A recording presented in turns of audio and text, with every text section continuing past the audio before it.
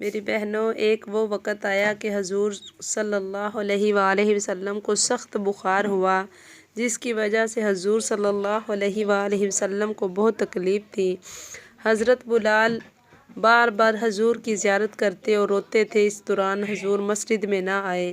جب حضرت بلال نے اذان دی اور کہا اشہد ان محمد الرسول اللہ، اور سامنے حضور صلی اللہ علیہ وسلم نظر نہ آئے تو زاروں قطار رونے لگے۔ مشکل سے اذان ختم کی اور دوڑ کر حضور صلی اللہ علیہ وآلہ وسلم کے پاس چلے گئے اور قدموں کو بوسہ دیا اور زاروں قطار رونے لگے۔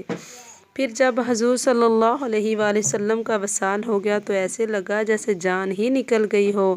مدینے کی گلیوں میں روتے پھرتے تھے، کبھی بے ہوش ہو جاتے، کبھی ہوش میں آ کر ہائے آقا، ہائے آقا، آقا پکارتے تھے۔